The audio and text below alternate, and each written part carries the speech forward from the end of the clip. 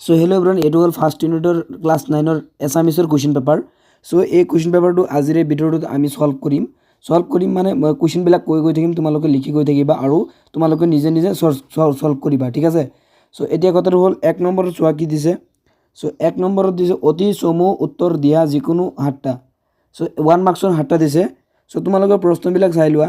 যে ক নম্বৰত দিছে কি মথনিত ধৰিয়া নিষেধি। মথনি শব্দৰ অৰ্থ কি? তাৰপিছত ঘত কি দিছে কাৰ বেগৰ পৰা টকা চুৰ হৈছিল। তাৰপিছত গ নম্বৰত দিছে শংকৰদেৱৰ শ্ৰেষ্ঠ তত্ত্বমূলক গ্ৰন্থখনৰ নাম লিখা। ঘ কিহৰ ওপৰত ভিত্তি কৰি সময় ভাগ কৰা হয়। তাৰপিছত তোমালোকৰ নেক্সট কুৱেশ্যন কি দিছে চোৱা। তোমালোকৰ 19 নম্বৰটো অন্ধবিশ্বাস মানে কি। প্ৰথম চত দিছে সময়ৰ ডাঙৰ ভাগবিলাক কি কি। তাৰপিছত তোমালোকৰ আৰু দিছে কি দ্বিতীয় নম্বৰত অন্যৰ প্ৰতি ব্যৱহাৰ পাঠটি কোনখন পুথিৰ পৰা সংগ্ৰহ কৰা হৈছে। তাৰপিছত বৰ্গত দিছে সহজ ব্যৱহাৰৰ অনুপান কি। তাৰপিছত তোমালোকৰ আৰু 2 নম্বৰত দিছে চমু উত্তৰ লিখা। চমু উত্তৰ দিয়া যিকোনো 4টা দিব দিছে। চ' এইবিলাক 2 মাৰ্কছৰ হয়, 8 মাৰ্কছ টোটেল। চ' এতিয়া কথাটো হ'ল ক নম্বৰ দিছে কৃষ্ণক ধৰিবলৈ গৈ যশোদাৰ কেনে অৱস্থা হৈছিল। তাৰপিছত খ নম্বৰত দিছে এই শ্ৰেণীৰ মানুহৰ স্বভাৱ নিতেই পাতল। ইয়াত কোনটো শ্ৰেণী মানুহৰ কথা কোৱা হৈছে। গ কোনো ঘটনাৰ ওপৰত ভিত্তি কৰি কিদৰে সময় ভাগ কৰিব পাৰি। তাৰপিছত নেক্সট কুৱেশ্যন দিছে কি ঘ কোন সন্ধিৰ পিছত আৰু কেতিয়া অসম ব্ৰিটিছৰ অধীনলৈ যায়। ঙ নিৰ্মলে সিদ্ধাৰ্থক বিচাৰি কিয় পাণ দোকানলৈ গৈছিল। তাৰপিছত তোমালোকৰ আৰু 3 নম্বৰত কি দিছে চোৱা। চ' 3 নম্বৰত দিছে প্ৰসংগ সংগতি দৰকাৰ ব্যাখ্যা কৰা। যিকোনো এচোৱা তাৰমানে 2টা দিছে, যিকোনো এটা কৰিব দিছে, 4 মাৰ্কছৰ হয়।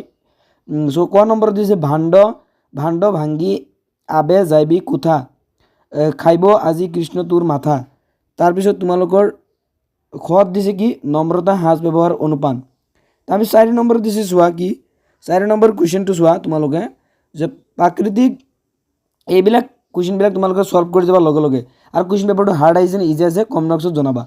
চ' প্ৰাকৃতিক জগতৰ গতিবিধি লক্ষ্য কৰিও সময় নিৰূপণ কৰা হয়। প্ৰাকৃতিক জগতৰ গতিবিধিবোৰ কি কি, কেনেকৈ এই গতিবিধিৰ দ্বাৰা সময় নিৰ্ণয় কৰিব পাৰি। তাৰপিছত বা দিছে অৰ দিছে, এইটো 3 মাৰ্কছৰ হয়। কি দিছে অৰ দি কি দিছে যে অন্ধবিশ্বাসে সমাজত কেনেধৰণৰ সমস্যাৰ সৃষ্টি কৰিব পাৰে। চ' যিকোনো 2টাৰ ভিতৰত তোমালোকৰ যিকোনো এটা লিখিব দিছে। তাৰপিছত 5 নম্বৰত দিছে কি চমু টোকা লিখা, যিকোনো 2টা 2 মাৰ্কছৰ হয়, যিকোনো 2টা লিখিব দিছে। কত কি দিছে নলিনীন্দ্ৰ কুমাৰ বৰ্মন। খ সতী জয়মতী লাচিত বৰফুকন। চ' ইয়াৰ ভিতৰত যিকোনো 2টা লিখিব দিছে। তাৰপিছত তোমালোকৰ 6 নম্বৰ কুৱেশ্যন দিছে চোৱা ভাৱ সম্প্ৰসাৰণ যিকোনো এচোৱা। আইৰু বাৰ্তা গংগাৰু যাত্ৰা। তাৰপিছত ৰাইজে নখ জোকাৰিলে নৈ বৈ, এইটো ভেৰি ইম্পৰ্টেণ্ট হয়, তোমালোকে এইটোৱেই লিখিছা চাগে। তাৰপিছত তোমালোকৰ 7 নম্বৰ চোৱা সমাৰ্থক শব্দ লিখিব দিছে, যিকোনো 2টা। কি কি দিছে অৰুণ দখন গগন বিৰাল। তোমালোকে এইবিলাক সলভ কৰিবা। 8 নম্বৰত দিছে বিপৰীত শব্দ লিখা। ইতিবাচক খত নিন্দা অভিশাপ। তাৰপিছত তোমালোকৰ 9 নম্বৰত দিছে কি কাৰণত তোমালোকৰ কি কাৰণত মূৰ্ধন্য আৰু দন্ত্য হ মূৰ্ধন্য আৰু মূৰ্ধন্য হ হৈছে, যিকোনো 2টা লিখা। চ' ইয়াৰ অৰুণ কৰ্ণ নিষেধি ঋষি। চ' এইটো দিছে। তাৰপিছত 10 নম্বৰত চোৱা যিকোনো এখনৰ ৰচনা লিখিব দিছে। ৰচনা কি কি দিছে তোমাৰ প্ৰিয় গ্ৰন্থ পৰিৱেশ প্ৰদূষণ। ৰচনাত 5 মাৰ্কছ আছিল। চ' তাৰপিছত তোমালোকৰ আৰু 11 নম্বৰ চমু উত্তৰ দিয়া যিকোনো 3টা। চ' আহোমসকলৰ আদি বাসস্থান ক'ত আছিল। তাৰপিছত খ নম্বৰত বৰাক উপত্যকাৰ মানুহৰ প্ৰধান জীৱিকা কি। The queen of Cachar or Herambo and the history of Kacharis গ্ৰন্থখন কোনে লিখিছিল। তাৰপিছত আহোমসকলৰ 2টা উৎসৱৰ নাম লিখা। নেক্সট কুৱেশ্যন কি দিছে খ অংশ অতি চমু উত্তৰ লিখা, যিকোনো 3টা 1 মাৰ্কছৰ 3টা দিছে।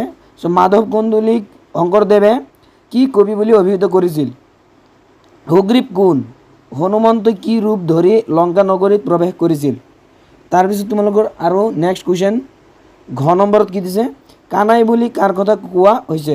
13 নম্বৰত তলৰ শব্দবোৰ আধুনিক ৰূপ লিখিব দিছে। চ' তুহাৰী হামু ছাতিয়াল তহিতে দেখুলন্ত। তাৰপিছত 14 নম্বৰত দিছে বিপৰীত শব্দ লিংগবাচক শব্দ লিখা চ' দঁতাল চুৰ খৰ কলা দমৰা চ' এইখিনিয়ে আছিল এই কুৱেশ্যন পেপাৰটোত চ' তোমালোকে এই কুৱেশ্যন পেপাৰটো সলভ কৰিবা আৰু যদি চেনেললৈ নতুন আহিছা তো চেনেলটো ছাবস্ক্ৰাইব কৰি দিবা চ' এইখিনি আছিল থেংকছ ফৰ ৱাচিং